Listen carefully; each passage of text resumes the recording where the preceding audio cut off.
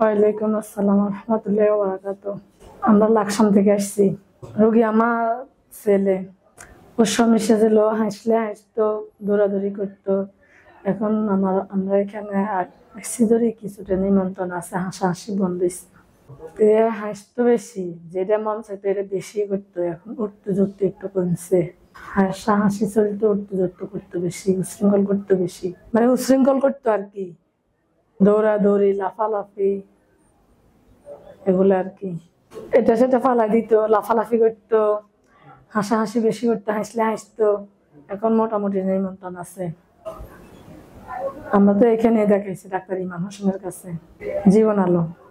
এবার সকাল 3 বার এসছি। ইয়েস, জি একটু পরিবর্তন দেখছি, দেখাতে তো অন্যের আবার আসছি। জি অনেক সময় নিয়ে দেখতেছে, ভালোভাবে ট্রিটমেন্ট করতেছে।